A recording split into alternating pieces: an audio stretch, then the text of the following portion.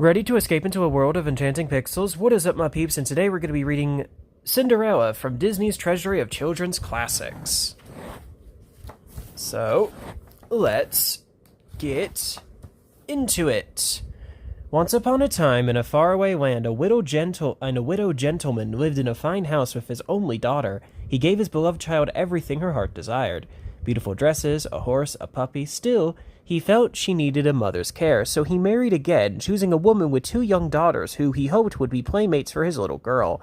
Sad to say, the good man died a short time later, and the stepmother began showing her true nature. She was harsh and cold and bitterly jealous of her stepdaughter's sweetness and beauty, qualities that made her own daughters, Anastasia and Drizella, seem even meaner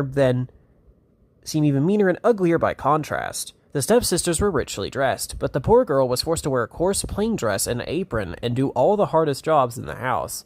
She got up before daybreak, carried water, lit the fires, cooked, and washed and scrubbed.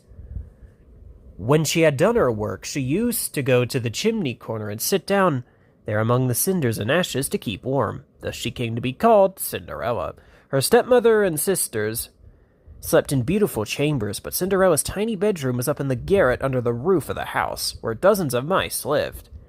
And yet, through it all, Cinderella remained gentle and kind, dreaming that someday happiness would come to her. She made friends with the birds who woke her each morning. She made friends with the mice who shared her garret. She gave names to all the mice and sewed them tiny coats and hats. For their part, the mice loved Cinderella and were grateful to her because she sometimes rescued them from a trap or saved them from Lucifer, her stepmother's bad-tempered cat. Each morning, Cinderella made breakfast for the household: a bowl of milk for the cat, a bone for the dog, oats for her old horse, corn and grain for the chickens, geese and ducks in the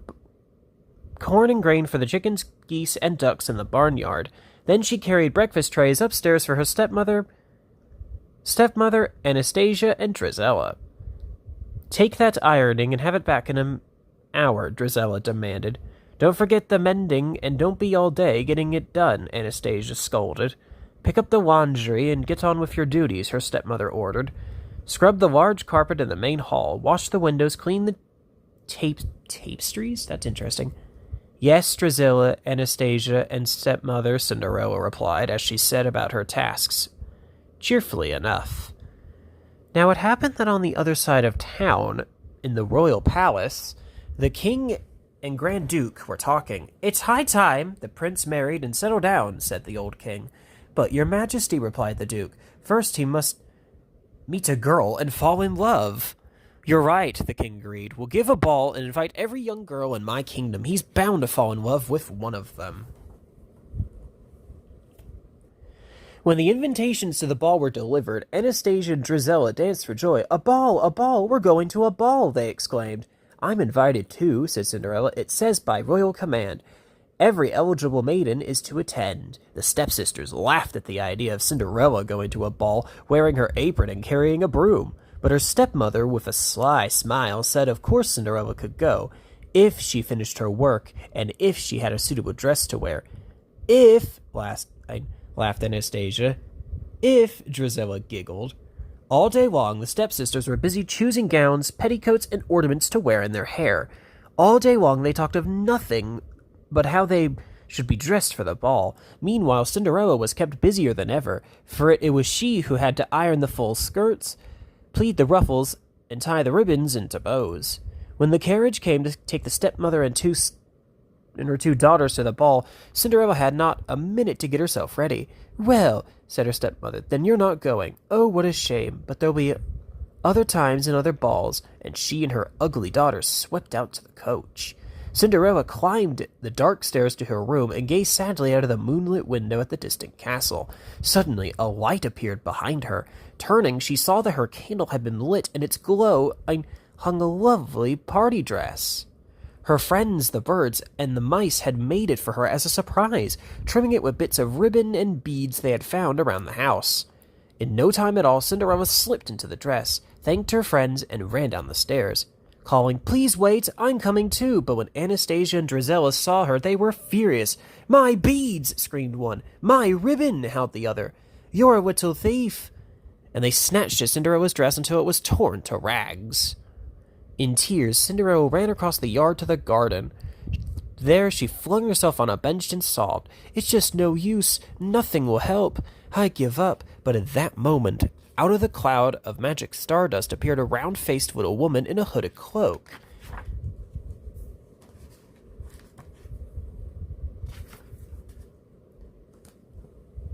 "Nonsense, child," she said in a sweet voice. "Dry those tears.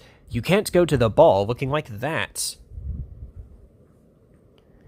Cinderella stopped crying and asked, "Who are you?" "I'm your fairy godmother," said the woman, "and we don't have much time. I think the first thing you'll need is a pumpkin." Cinderella couldn't guess why, but she obediently fetched a large pumpkin.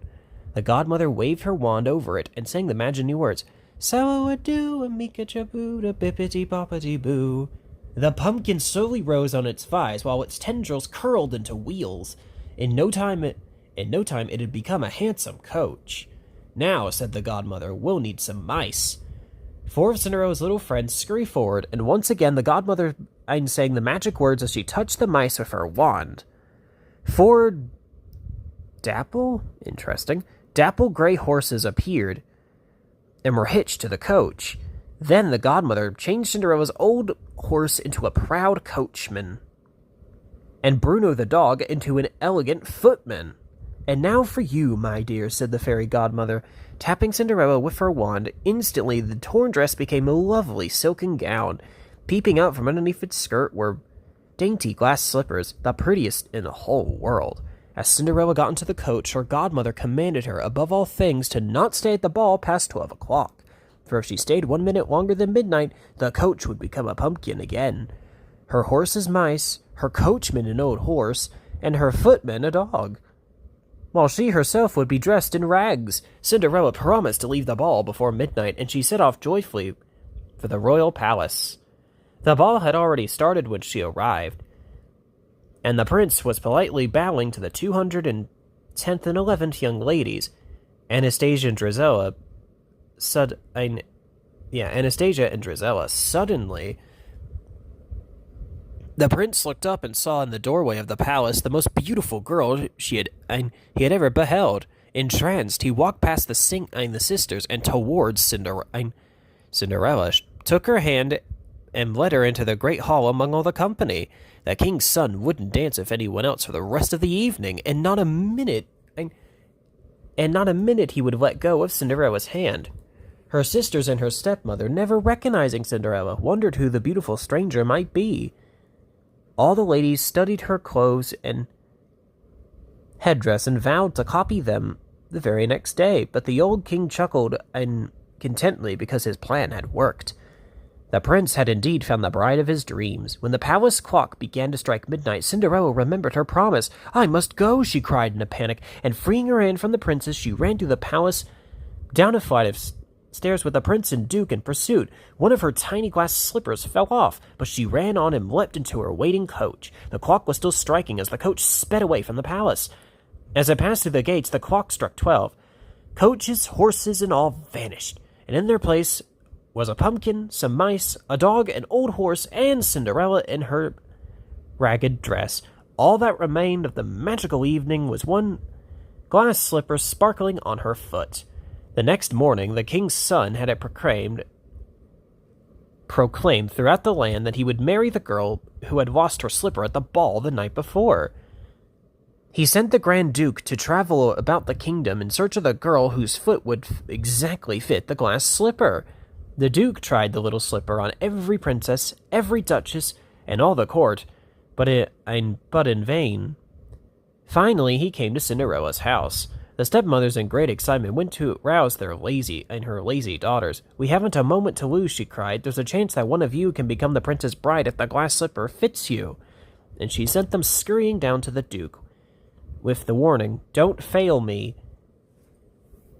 Then she followed Cinderella, who had gone to her room to make herself presentable for the Duke, and locked her in. No one else was to have a chance at So great a prize. When Cinderella heard the click of the lock, she realized too late what had happened. Oh, please, you must let me out, she called, rattling the doorknob.